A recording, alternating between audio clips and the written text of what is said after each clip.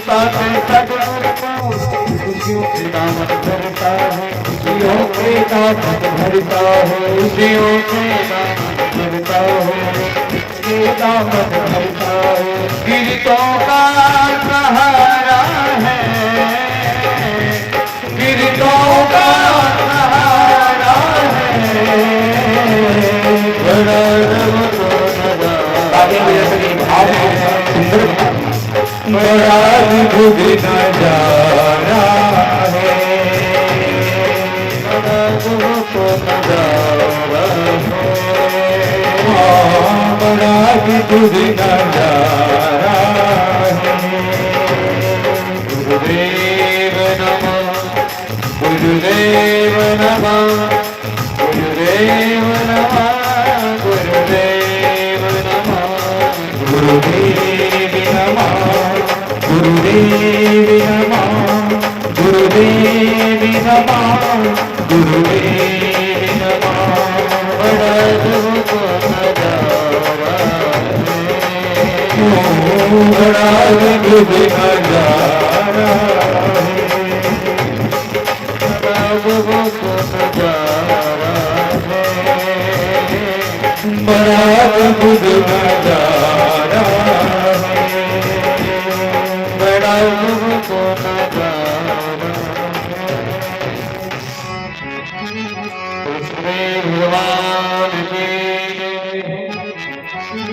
जी परीक्षित जी महाराज की, श्रीमद् भागवत महापुराण की जय जय श्री राधे।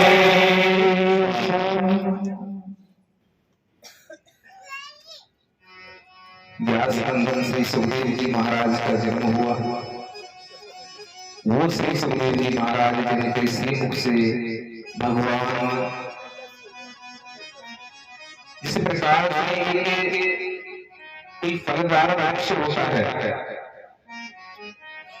और उस फलदार वृक्ष पर कोई तोता आकाश मार्ग से विचरण करता हुआ सुखदेव स्वरूप कोई तोता अगर उसने चोंच लगा दे, वो फल कितना स्वादिष्ट हो जाता है, उसकी मिठास और बढ़। ठीक उसी प्रकार से सुखदेव जी महाराज के श्री मुख से भगवान श्री कृष्ण की अमृतमयी श्रीमद् भागवत कथा और भी तुल्य हो जाए, अमृत के समान मिठास।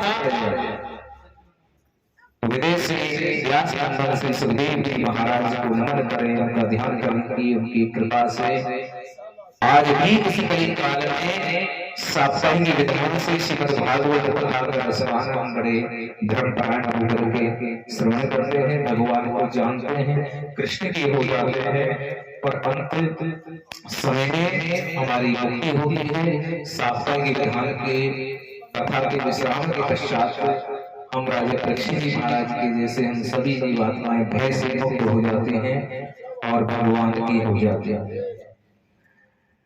तो पता चलते हैं सुखदेव जी महाराज का जन्म हुआ, जन्म लेकर के सुखदेव जी महाराज का वरदान लिया भगवान से, तो माया से परे वन को चले जाते हैं, भगवान की भक्ति में चले जाते हैं, भगवान का ध्यान करने लगते हैं, भगवान का गुणगान करने लगते हैं।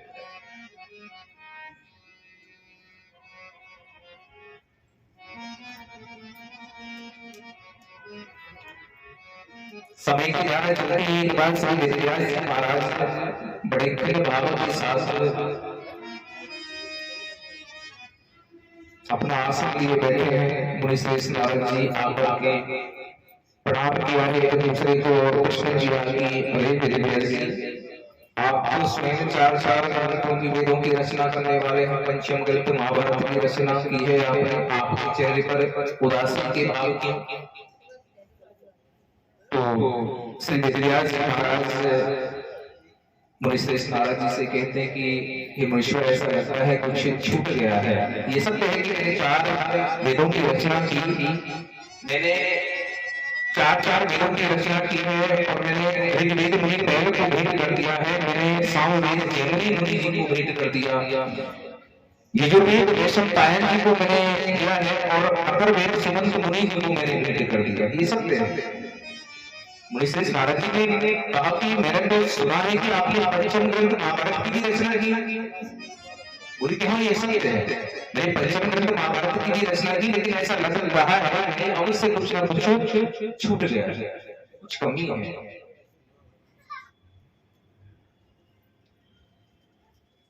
श्रीमद् भागवत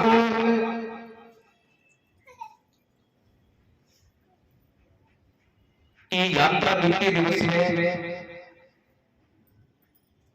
जिस समय श्री उद्धव जी का बद्री का वन में जाना होता है, तो भागवत धर्मों का निरूपण करते हैं। बड़ा सुंदर भाव भागवत जी में आता है, कह देता हूँ, धीरे धीरे श्रवण करें। भागवत वर्णन किया भली भांति अधुनाथ, परिपूजन ज्ञान उद्धव भय सनाथ, उद्धव भय सनाथ। लेकर अज्ञानाथ की बदरी की प्यार, योग क्रिया को साधित लीन भय भगवान, लीन भय भगवान। नेमी सारंग में श्री सूजी महाराज सभी सौनक ऋषि जी को भागवत महिमा का गुणगान करा रहे हैं। प्रथम दिवस में कथा का आपने श्रवण किया, सुंदर भाव आया है भागवत जी में। नेमी सारंग की क्षेत्र में भयो संतन को शत्रु, से 88 ऋषिगण भय तहा छेक, भय तहा छेक।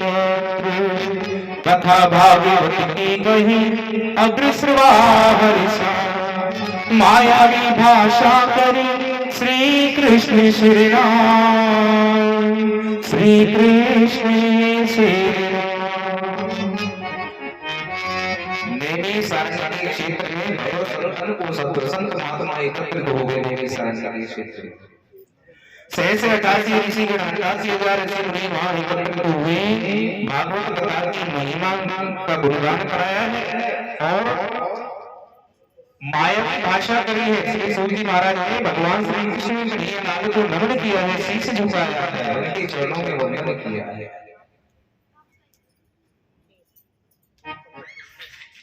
सूजी महाराज के मुनि गणों के वचनों को सुना है सौनक ऋषि जी के, बड़े सुंदर भाव आए हैं। सुनी मुनि गण की वचन को सूत गए हर्षा, भागवत कथा महात्म्य की महिमा कही बना, महिमा कही बना। आपको सृष्टि की रचना पर प्रकाश डाल रहे हैं श्री सूजी महाराज नेमी सारंग में भागवत महिमा का गुणगान कर रहे हैं। भगवान के अवतार का बखान कर रहे हैं श्री सूजी महाराज। क्या कह रहे हैं कि धरने तू प्रभु ले अवतारा, प्रगट भूमि पर पारा पारा, सिया सिया गाइए भाव सिया सिया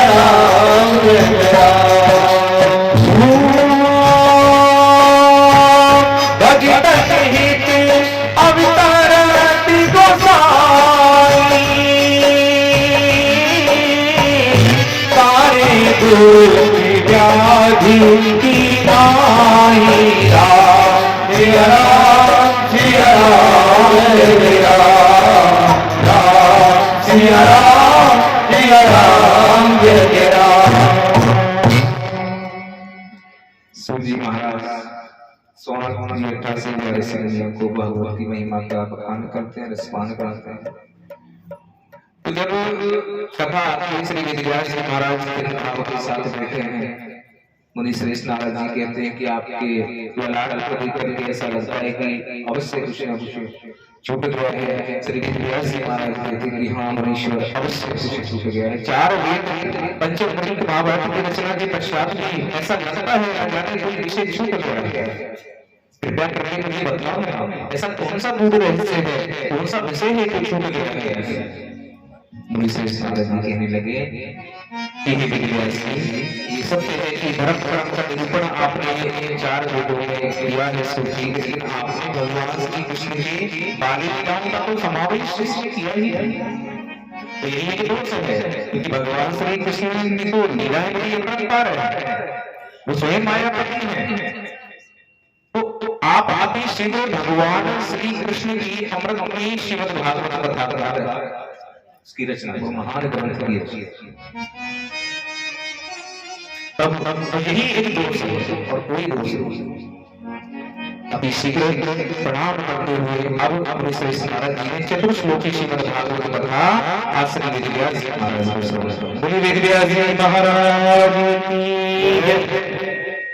मुनि श्रेष्ठ नारद जी ने चतुर्श्लोकी श्रीमद् भागवत कथा श्री वेदव्यास जी महाराज को श्रवण कराई और श्री वेदव्यास जी महाराज ने आगे चल करके अपने प्रिय पुत्र श्री सुखदेव जी महाराज को साप्ताहिक विधान से सरल रूपांतरण करके साप्ताहिक श्रीमद् भागवत कथा की रचना।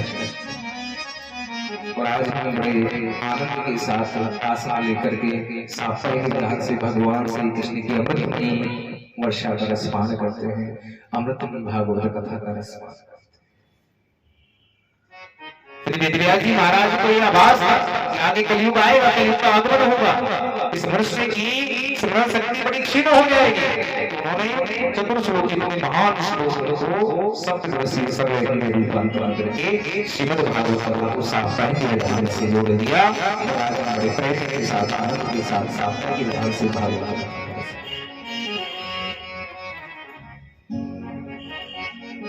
चार की रचना की।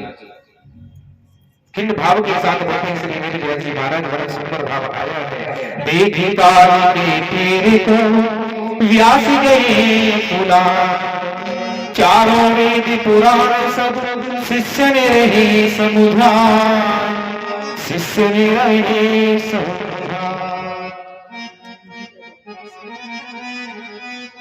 पंचम महाभारत की रचना। आइए श्री वेदव्यास जी महाराज ने पंचम ग्रंथ महाभारत की रचना की। महाभारत के हम प्रसंग में हम प्रवेश करें।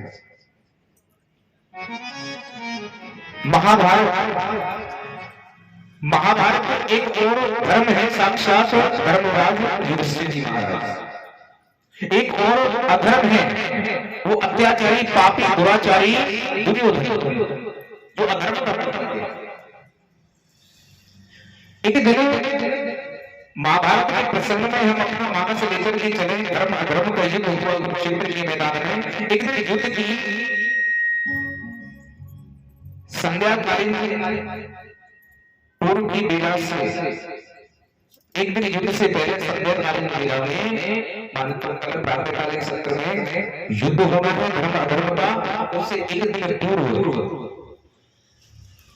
मधुसूदन भगवान श्री कृष्ण पांडवों के कक्ष में भवन में प्रवेश करते। पांडवों ने प्रणाम किया है, बैठने के लिए उनके आसन दिया कि मधुसूदन आप पधारे, आप आए, बड़ा आनंद, कृपया अपना आसन ग्रहण करें।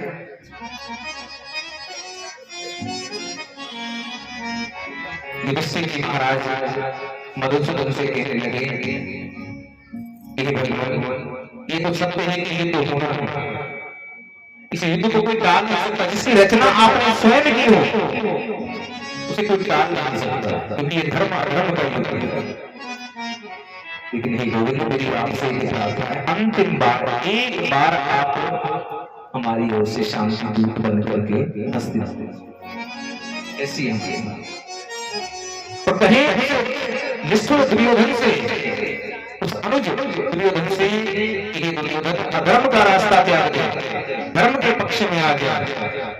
और पांडवों ने तुम्हारे भाइयों ने केवल तुमसे पूरा हस्तिनापुर नहीं, केवल 5 गांव अगर हमारे जीवन यापन के लिए वो कहते तो संभव हो कि इस युद्ध को टाला जा सके। ये मधुसूदन आप शांति दूत बन करके जाए।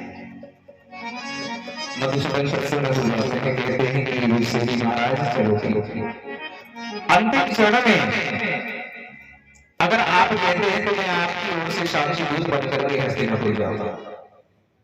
मधुसूदन हस्तिनापुर पहुंच गया, शांति दूत बन करके पानी बड़ा दरबार लगा है, उच्च सिंहासन पर आसीन। आगे महाराजा धृतराष्ट्र अपने आसन पर आसीन है, सिंहासन पर आसीन है। एक और गुरु कृपाचार्य, गुरु द्रोणाचार्य, पितामह भीष्म और एक और अश्वत्थामा, कर्ण, दुर्योधन, शकुनी, दुशासन, बड़े बड़े अधिरथी, बड़े बड़े पराक्रमी महारथी अपना आसन लेकर के विराजमान। मधुसूदन प्रवेश करते हैं राज दरबार में, प्रणाम किया है महाराजा धृतराष्ट्र जी को। वही समीप खड़े होने काका विदुर ने इशारा किया है महाराज धृतराष्ट्र की ओर की, महाराज मधुसूदन आए हैं और आपको प्रणाम कहा है। महाराजा धृतराष्ट्र ने इशारा किया, उचित आसन के लिए बैठने के लिए इशारा किया कि कृष्ण कितने लंबे सफर से आप पधारे हैं, तो कृपया अपने आसन में। तो भगवान श्री कृष्ण कहने लगे हैं कि महाराज, मैं यहाँ आपका अतिथि सत्कार स्वीकार करने के लिए नहीं आया, मैं पांडवों का शांति दूत बनकर के आया। हे महाराज, अभी भी समय है, समझाइए अपने इस निष्ठुर पुत्र दुर्योधन को और उतार फेंकिए अपने नेत्रों से अपने पुत्र मोह की सत्य पट्टी को, और सत्य को जानिए तुम्हारा जो पुत्र है ना, ये अधर्म के मार्ग पर चल रहा है। अभी भी समय है, पांडवों के पास कुछ नहीं, केवल वो धर्म के पक्ष में है, क्योंकि वो धर्म के पक्ष में है तो मैं उनकी रक्षा के लिए खड़ा। और पांडवों ने केवल 5 गांव, अगर आप महाराज 5 गांव अगर पांडवों को दें तो मैं वचन देता हूं मेरी ओर से इस युद्ध को टाला जा सकता है। केवल 5 गांव से वो अपना जीवन निर्वाह करें। देखिए कितना जीवन, मनुष्य का जीवन 2 पार्टों के बीच में है। एक और राम कथा है, त्याग सिखाती है भाई का भाई के प्रति, और एक और जिस घर में अगर रामायण का पठन पाठन ना हो तो दूसरे घर में क्या होगा, महाभारत ही होगी। एक दूसरे का अगर अधिकार, एक दूसरे के धन पर, एक दूसरे की माया पर, एक दूसरे की विरासत पर जो हमारी कुदृष्टि हो जाती है, अपनों के लिए कुदृष्टि हो जाती है, तो उस घर में महाभारत ही होती।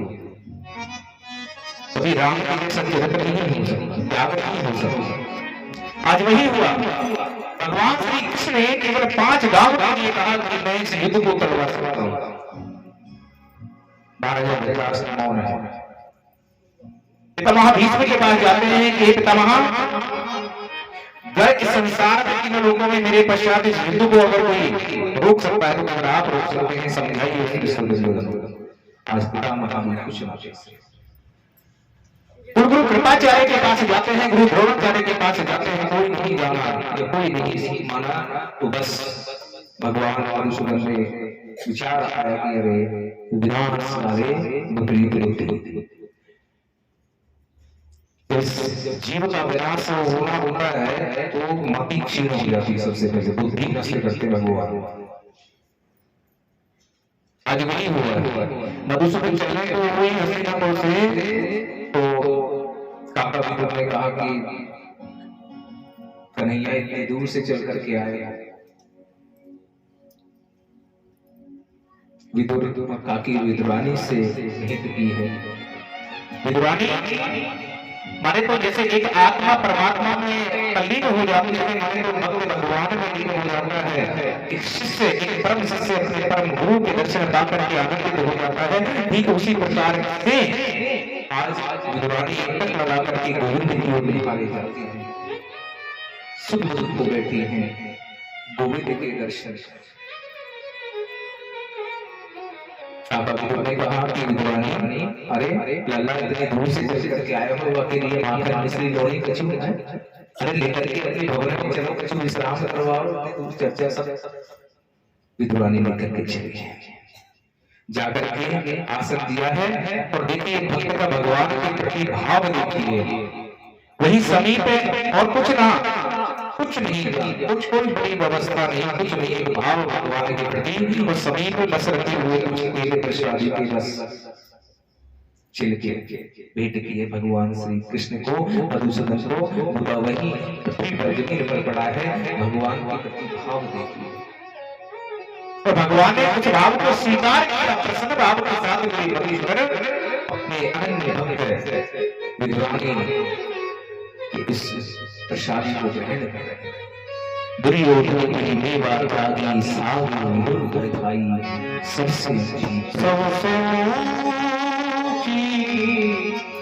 प्रेम सगाई सबसे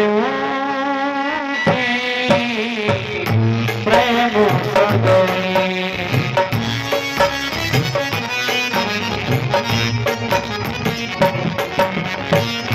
दुर्योधन की मेवा त्यागी दुर्योधन की मेवा त्यागी दुर्योधन सगाई भाव मेवा त्यागी दुर्योधन की मेवा त्यागी साधु विदुर घर गाई कन्या साधु विदुर घर गाई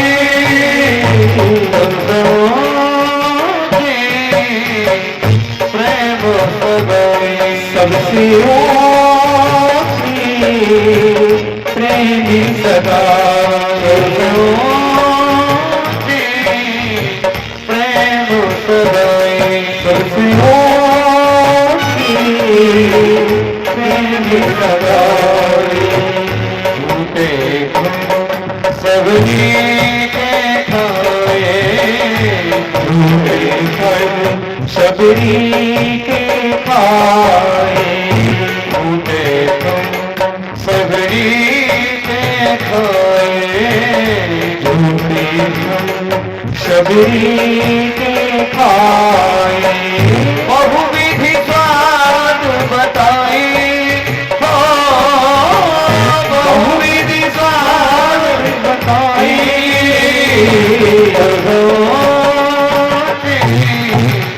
प्रेम सगाई सबसे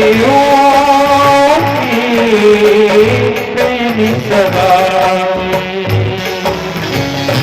सुंदर भाव गीतों की तालियों के साथ प्रभु का ध्यान करते हुए आज विद्वानी भगवान श्री कृष्ण कन्हैया लाल को लिखाए रहे हैं।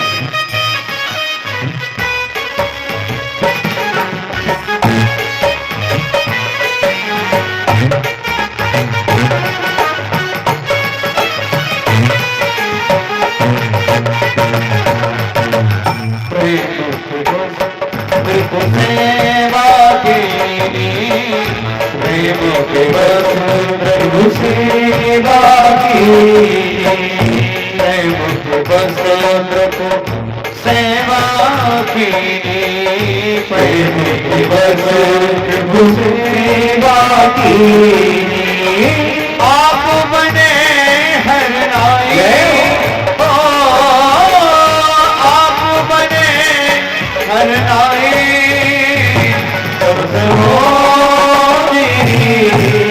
प्रेम सगाई सबसे प्रेम सगाई।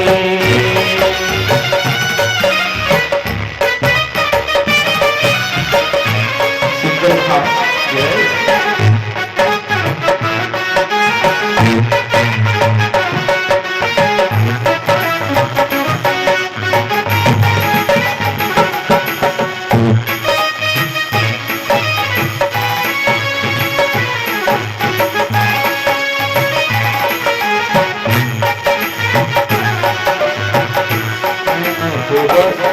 अर्जुन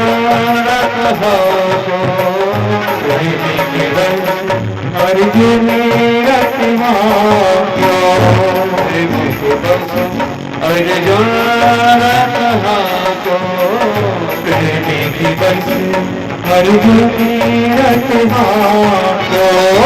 भूल गए ठकुराई भूल गए ठकुराई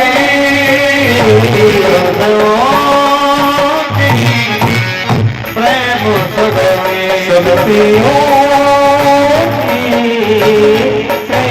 सगाई ऐसे बढ़े वृंदावन ऐसे प्रेम बढ़ी वृंदावन गोपियन नाच नचाए हो गोपियन नाच नचाए सबसे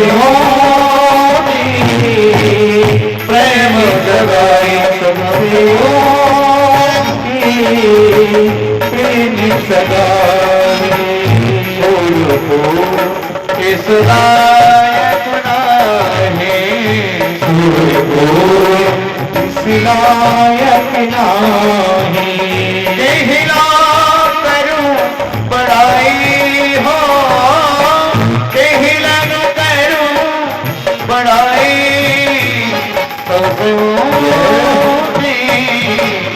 प्रेम सगाई सबसे प्रेमी सगाई प्रेम सगाई सबसे प्रेमी सगाई प्रेम सगाई कृष्ण कन्हैया लाल की श्रीमद् भागवत महापुराण की हनुमंतिनाथ की जय जय श्री राम।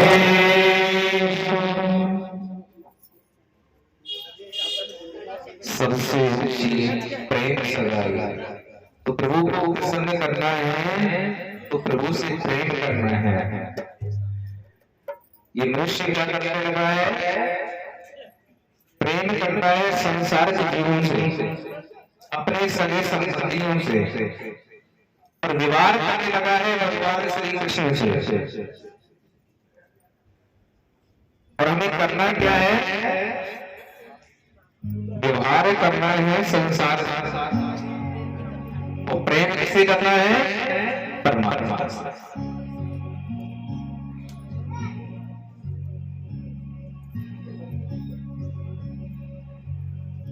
भगवान श्री कृष्ण क्या कह रहे हैं? प्रेम जगत का सार है। इस संसार में केवल प्रेम ही है जो संसार इस जगत का सार है।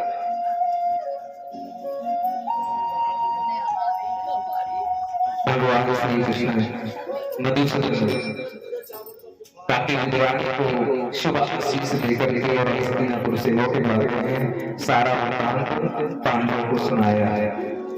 प्रातःकालीन सत्र में कुरुक्षेत्र के मैदान में युद्ध प्रारंभ होने को है। तनिक ध्यान से श्रवण करना पड़ता था। इस घड़ी दोनों ओर धर्म अधर्म की सेनाएं रणभूमि में खड़ी हैं। तो प्रिय पार्थ क्या कह रहे हैं भगवान श्री कृष्ण से? पार्थ कृष्ण से कह रहे हैं कि हे मधुसूदन, ये तो सत्य है कि अब इस युद्ध को कोई टाल नहीं सकता है। एक और आपका पंचजन्य संघ की गूंज तीनों लोगों में गूंज जाएगी, तीनों लोग घबराने लगेंगे। लेकिन प्रभु बस मेरी आपसे एक विनती है कि मेरा जो रथ है उसे मध्य रणभूमि के बीच में लेकर चलिए। सारथी बन रहे हैं।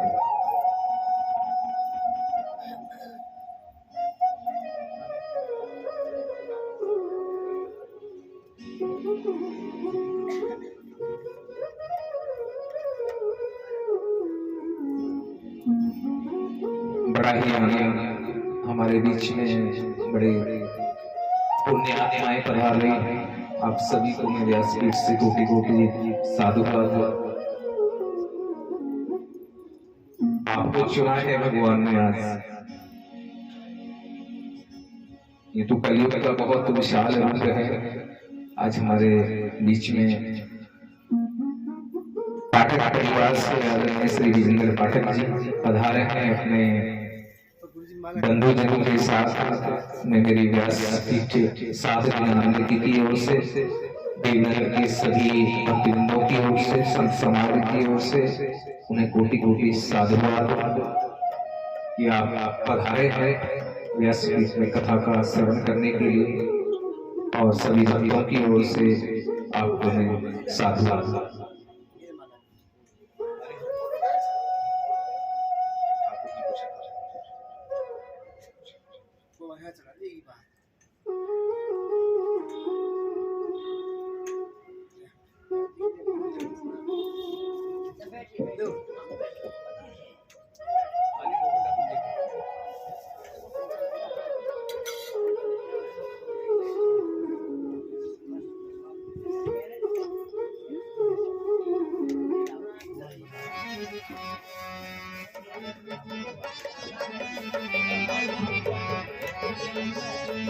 जय राधे राधे श्री राधे राधे, जय राधे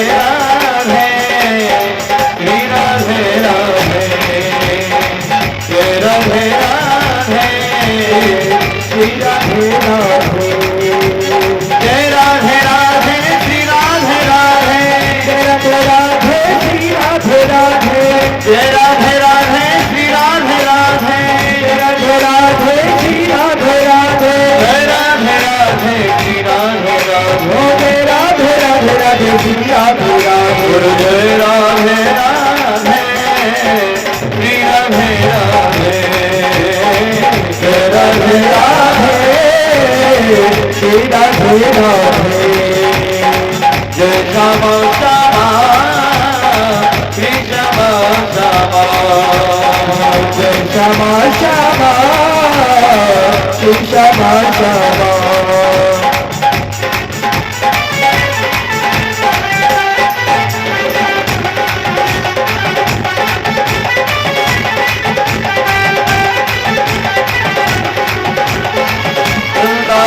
मानिक बनो अमर करे गुंजा, कृष्णा बल मानिक बनो अमर करे गुंजा, दुल्हन प्यारी शिराधिका जब दुल्हे नंद कुमार, दुल्हन प्यारी राधिका जब दुल्हे नंद कुमार, बोलो जय राधे राधे श्री राधे राधे, जय राधे राधे श्री राधे राधे, जय श्यामा श्यामा श्री श्यामा श्यामा, जय श्यामा श्यामा श्री श्यामा श्यामा।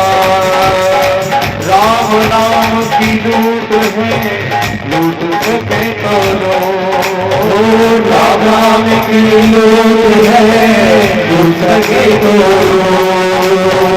अंत समय पछताएंगे आन जाएंगे तो, अंत समय पछताएगा मर जाएंगे तो, साथ एक राम नाम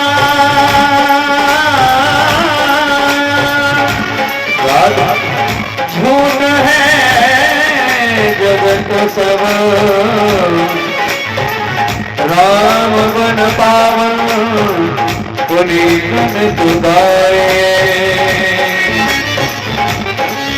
आदि राम पथ राम अंत हूँ मैं राम नाम,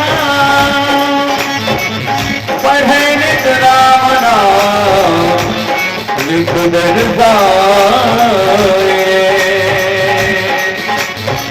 राम नाम में कोई वीरता न आवे तो, मेरे मन राम मुकुराम ही सुनाए, बोल जय राधे राधे हो श्री राधे राधे, जय राधे राधे श्री राधे राधे, जय राधे राधे श्री राधे राधे, जय राधे राधे श्री राधे राधे। श्री राधे राधे सरकार की जय। शिव चिदानंद बिहारी लाल की श्रीमद् भागवत महापुराण की जय। जय जय श्री राम।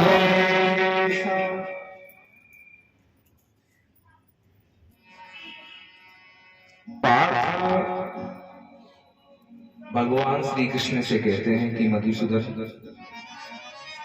मेरा जो ये रथ है ना, इस रथ को आप मध्य रणभूमि में लेकर के चलिए। मैं देखना चाहता हूँ कि कौन ये जीवात्माएं हैं जो आज धर्म के पक्ष में खड़ी है, और कौन वो जीवात्माएं हैं जो आज अधर्म के पक्ष में खड़ी है।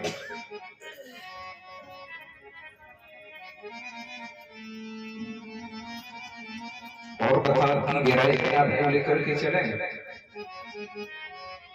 कथा की श्रोता कैसा हो, कथा का श्रोता कैसा होना चाहिए? राजा परीक्षित जी महाराज जिन्होंने सावधान के विधान से भय से मुक्त हो गए और अपना कल्याण कर दिया। तो कथा का वक्ता श्री सुखदेव जी महाराज।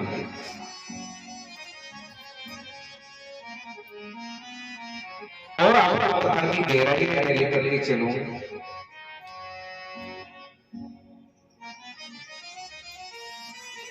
पार्थ के सारथी बन बैठे थे मधुसूदन,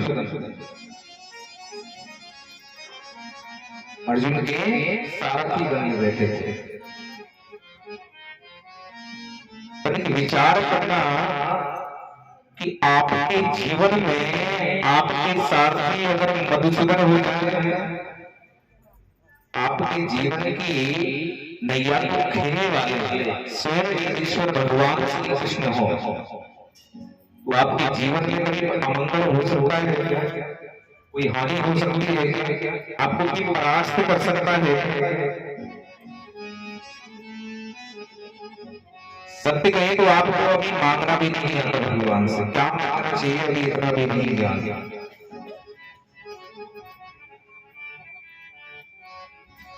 भोग विलास लिप्त होकर भी जीवात्मा सदैव भगवान से कुछ न कुछ मांगती रहती, बहुत इच्छुक। लेकिन राम कहाँ में केवट भैया ने क्या मांगा भगवान से?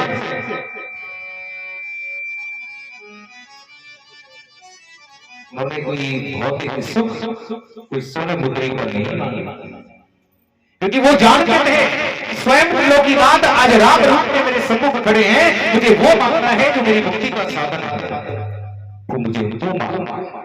और भगवान से कहने लगे कि प्रभु आप भी तारणहार, मैं भी तारणहार। आज जिस प्रकार से मैंने अपनी नौका से इस नदी को आपको पार कराया है, हे त्रिलोकीनाथ, एक दिन मुझे आपके पास आना। हे दीनानाथ, जिस घड़ी मैं आपके पास आऊंगा तो मुझे उसी प्रकार से इस भाव सागर से पार कर देना, पार कर देना प्रभु। मुझे और कुछ नहीं चाहिए। जैसे मैंने आज आपको इस नदी से नौका से पार करा दिया है, त्रिलोकीनाथ हे दीनानाथ, तो मैं आपके धाम आऊं। यदि प्रभु बस मुझे इस भवसागर से पार। मांगने में भेद है, क्योंकि मनोदशा तो हो चुकी है, भौतिक भौतिक सब और चाहिए और चाहिए और चाहिए और चाहिए। शास्त्र क्या कह रहे हैं? संसार की संपूर्ण भौतिक सामग्री इस मनुष्य के चरणों में रख दी जाए ना, तो भी इसकी इच्छाओं की पूर्ति नहीं कर सकती। और चाहिए और चाहिए और चाहिए।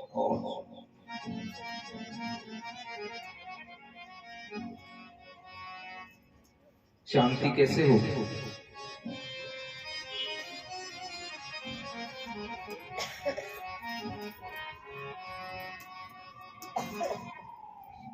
भगवान को प्रसन्न करना है तो क्या गुणगान करना है?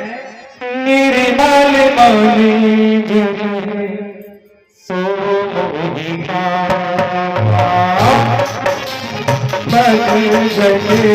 सब कहीं राव है मेरे बाल बाली सो पावा, मेरे बाल बाली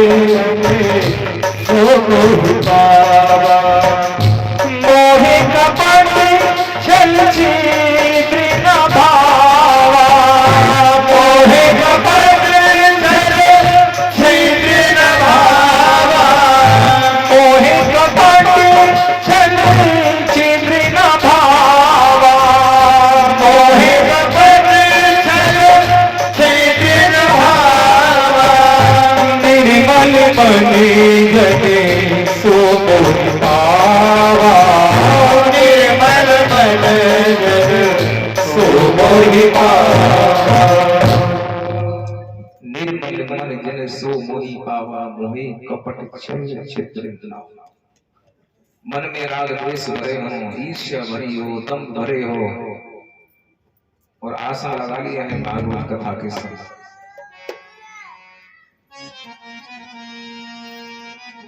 हमारी दादी माँ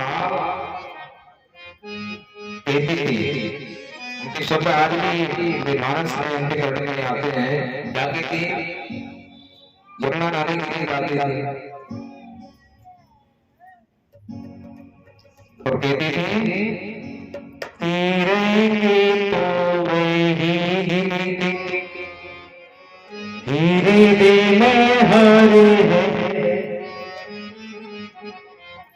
मेरे साथ रहिए सभी भाव से अपनी वाणी को शुद्ध करिए, पवित्र करिए। अरे तेरे तो मेरी जिंदगी धीरे दे में हरे है।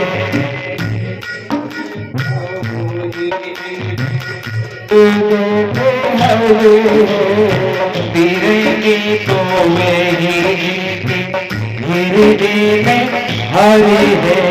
तेरे तो मेरी धीरे दे में हरी है। कौन करेगा? जिनके हृदय में हरि विराजमान। और हरि कहाँ विराजमान होते हैं? जहाँ सत्य होता है। तो आप सत्य की पथ पर चले तो पता चलता है मधुसूदन मध्य रणभूमि में पार्थ माने तो अर्जुन का रथ लेकर के पहुंच जाते हैं और रथ को हाँक दिया है और कहा कि लोका मैंने तुम्हारा जो रथ है ना वो मध्य रणभूमि में लेकर के खड़ा कर दिया है। अब आगे क्या क्या है? क्योंकि मैं तो तुम्हारा सारथी। अब तो सम्मुख क्या लेना? माया से वशीभूत होकर के पार्थ अर्जुन ने गांडी रख दिया और कर्महीन होकर के और रथ में विराजित हो गए और कहने लगे कि गोविंद मेरी जो काया है, मेरा जो तन है वो थर-थर कांप रहा है, मेरे गांडी मुझसे उठ नहीं रहा। क्यों? अरे ये तो मेरे अपने हैं। वो पितामह भीष्म सामने देख रहे हैं। वो पितामह भीष्म बाल्यावस्था में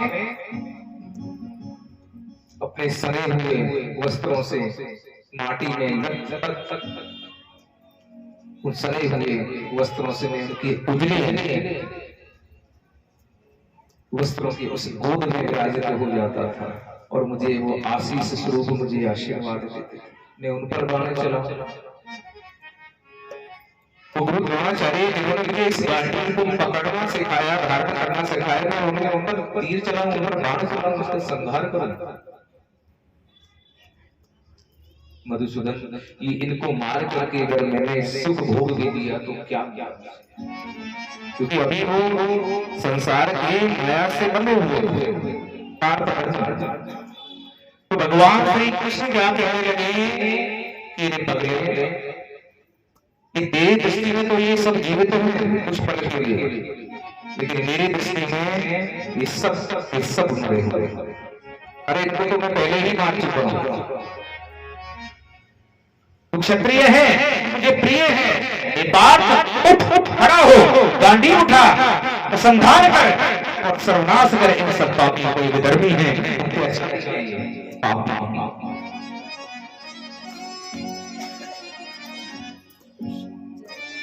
18 दिन महासंग्राम रणभूमि युद्ध चल रहा था।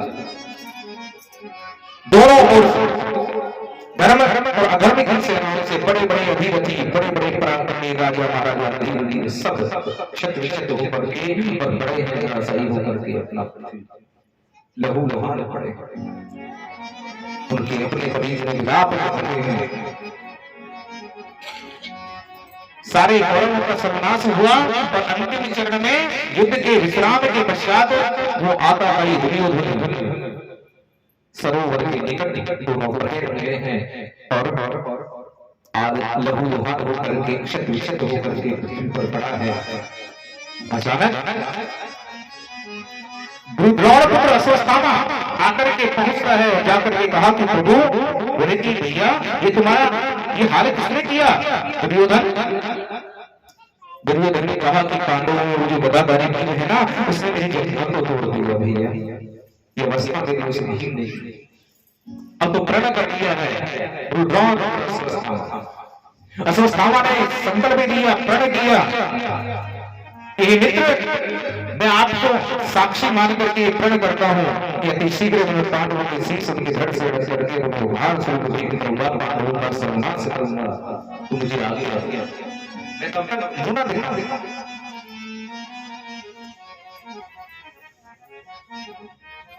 दुर्योधन ने कहा कि मित्र अगर तुम ऐसा कर सके तो मैं मानो आपने मेरी मित्रता को निभाया है, जाओ तुम्हारी विजय लेकर के धनुष्मान चल पड़ा। तो रात्रि की बेला में पांडवों के स्थान पर द्रौपदी के निर्मम अबोध बालक की हत्या करके उनके शीश धड़ से रख करके उपहार स्वरूप वस्त्र ढाल करके दौड़ पड़ा है दुर्योधन की ओर और कहने लगा कि मित्र ये देखिए मित्र मेरे पांडवों का सर्वनाश कर दिया, पांडवों का वध कर दिया। और ऐसे ही दुर्योधन ने वस्त्र उठाया। आज दुर्योधन इतना बड़ा पापी अधर्मी अत्याचारी उसके हृदय में की एक वेदना आती है कि रे पापी ने मुझसे तुमने क्या किया? मैंने तुम्हें पांडवों के शीश लेकर के आने के लिए कहा था, तुम्हें द्रौपदी की ऐसी अबोध बालक की सोई हुई सुप्त अवस्था में अबोध बालक की निर्मम हत्या करके और तू उनके शीश मुझे उपहार स्वरूप भेंट करने के लिए लाया है। जा रोज चोरी मुझे अपना मुंह न दिखा। ये पापी ने क्या अश्वत्थामा चल समय की धारा चलती है। अर्जुन घसीट करके उसके पापी अश्वत्थामा द्रौपदी के कक्ष में रुक रहा है। पांडवों के कक्ष में विलाप कर रहे हैं, सभी पांडव विलाप कर रहे हैं। अश्वत्थामा दुष्टिनी हने द्रौपदी पृथ्वी पुत्र ने नीच को दंड दियो दंड दियो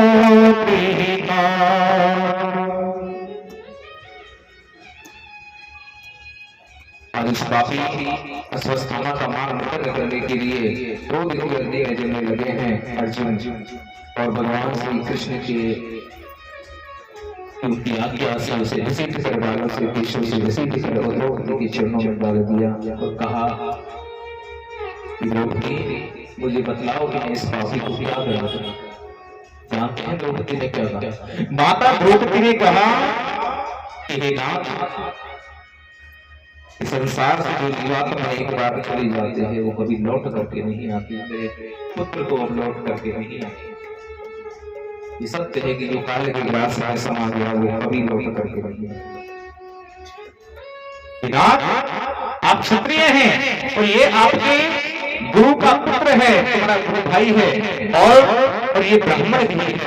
अगर आपके हाथों क्षत्रिय के हाथों ब्राह्मण की हत्या हो जाए ये कदापि स्वीकार नहीं कर सकते। नाथ मेरे पुत्र अभी लौट करके नहीं आएंगे, क्षमा करो क्षमा करो।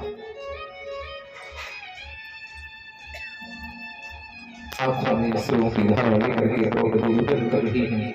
आज भगवान श्री कृष्ण की प्रेरणा से उस अश्वत्थामा के मस्तक की श्री को खींच लिया है। आज उसे श्री नहीं करके प्रकार करके छोड़ दिया है। समय की धारा चलती है। युद्ध में पांडवों की विजय भी हस्तिनापुर पर पांडव महाराज धृतराष्ट्र को राज्यभार सौंप दिया है। राज्यगद्दी सौंप दी है।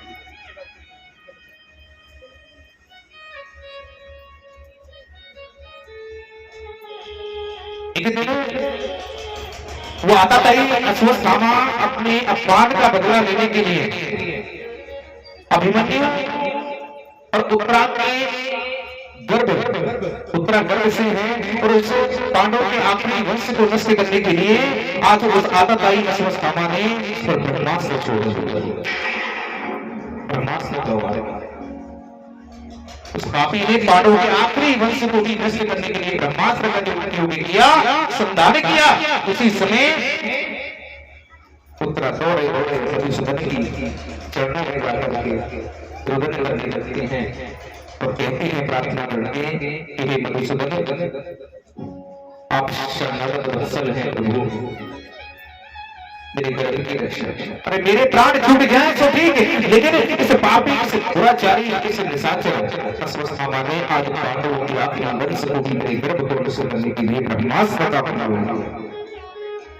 मेरे गर्भ की रक्षा करो, मेरे पुत्र की रक्षा करो, हे दीनानाथ ईश्वर।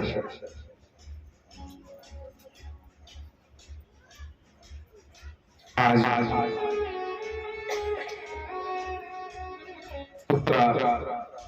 रुदन करते हैं, आंखों में अश्रु की धारा लेकर के मधुसूदन के चरणों में गिर पड़ते हैं कि हे दीनानाथ, आप शरणागत वत्सल हैं, मेरी रक्षा करो। मैं आपकी विलाप करती हुई क्या कह रही है?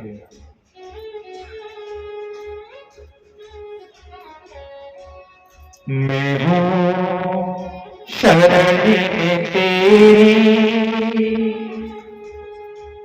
संसार की रचैया, मैं हूँ शरण तेरी संसार की रचैया, मैं हूँ शरण तेरी संसार की रचैया। कसी मेरी लगा दो, कसी मेरी लगा दो, उस पार हो कन्हैया, मैं हूँ शरण तेरी संसार की रचैया। कसी मेरी लगा दो, उस पार हो कन्हैया, मैं हूँ शरण तेरी संसार की रचैया।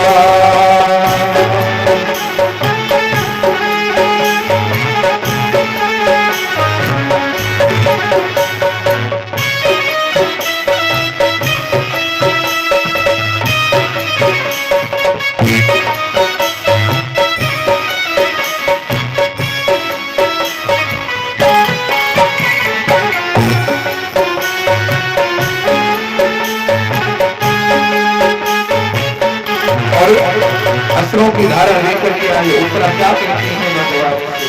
गोविंद, मेरी अरदास सुनिए प्रभु, शुभ हानि कर दीजिए। मेरी अरदास सुनिए प्रभु, हानि कर दीजिए। मेरी अरदास सुन लीजिए प्रभु, शुभ हानि कर दीजिए। मेरी अरदास सुन लीजिए प्रभु, हानि कर दीजिए। दर्शी की बार तो दीजिए, मैं समझूंगा शामिली है। दर्शी की बार तो दीजिए, मैं समझूंगा शामिली है। पतिवार आमिले तुम,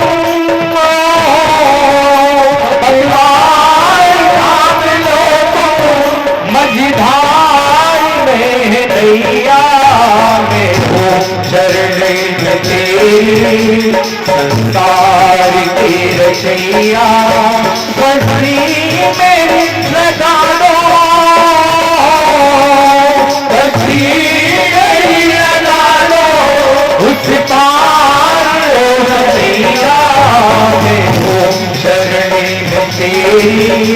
संसार की रचैया।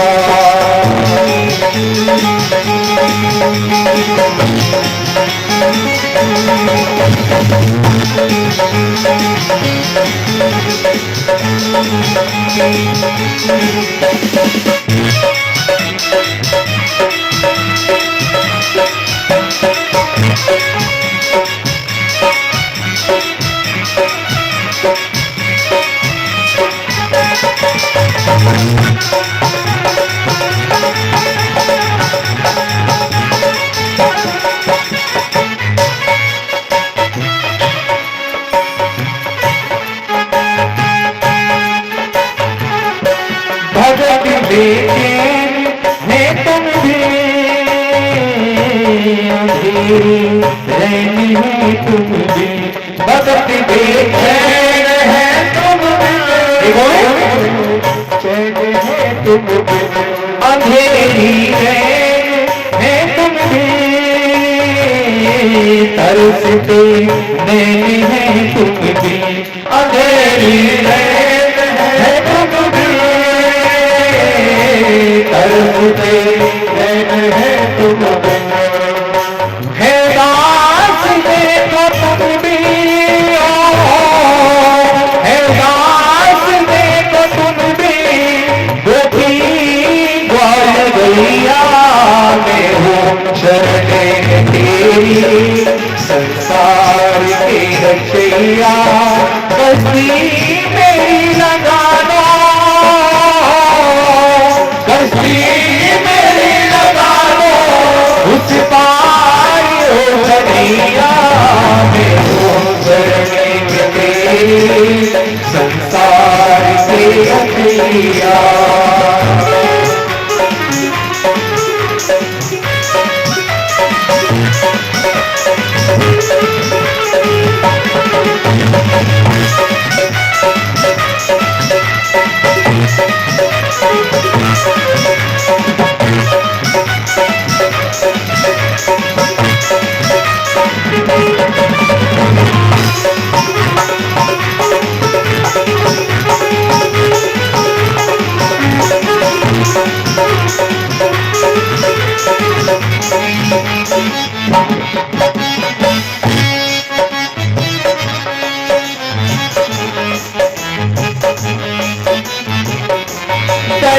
विधान है तेरा,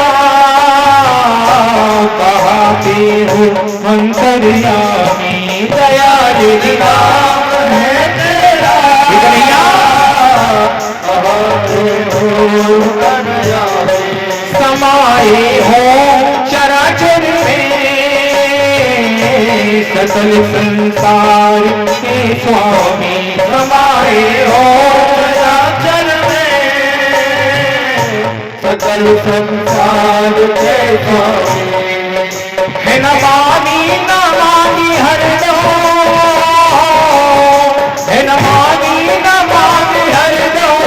तुझ धाम के बसैया मैं हूँ शरण तेरी, संसार की रचैया।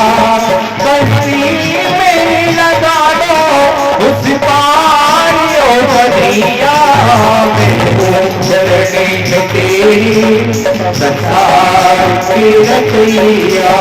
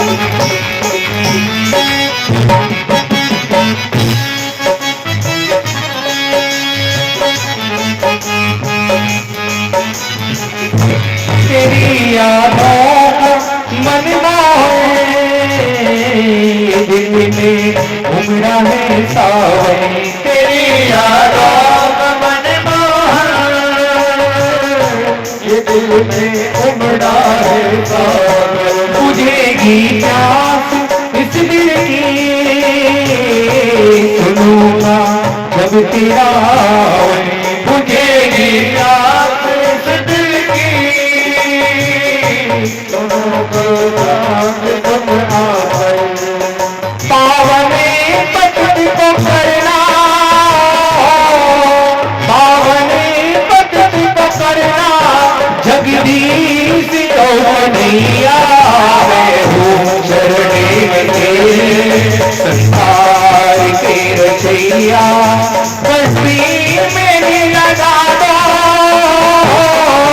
बस्ती मेरी लगा दो, उस पार ओ कन्हैया मैं हूँ शरणे के, मैं हूँ शरणे के संसार के रचैया, मैं हूँ शरणे के संसार के रचैया, मैं हूँ शरणे के संसार के रचैया।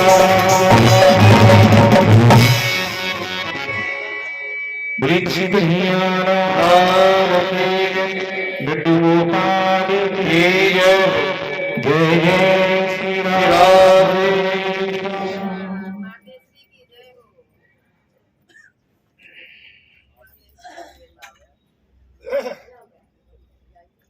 उत्तरा भगवान श्री कृष्ण की शरण में जाते हैं, और शरणागत अवसर अगर कोई है तो वो भगवान श्री कृष्ण ईश्वर शरण में आए हुए रक्षक।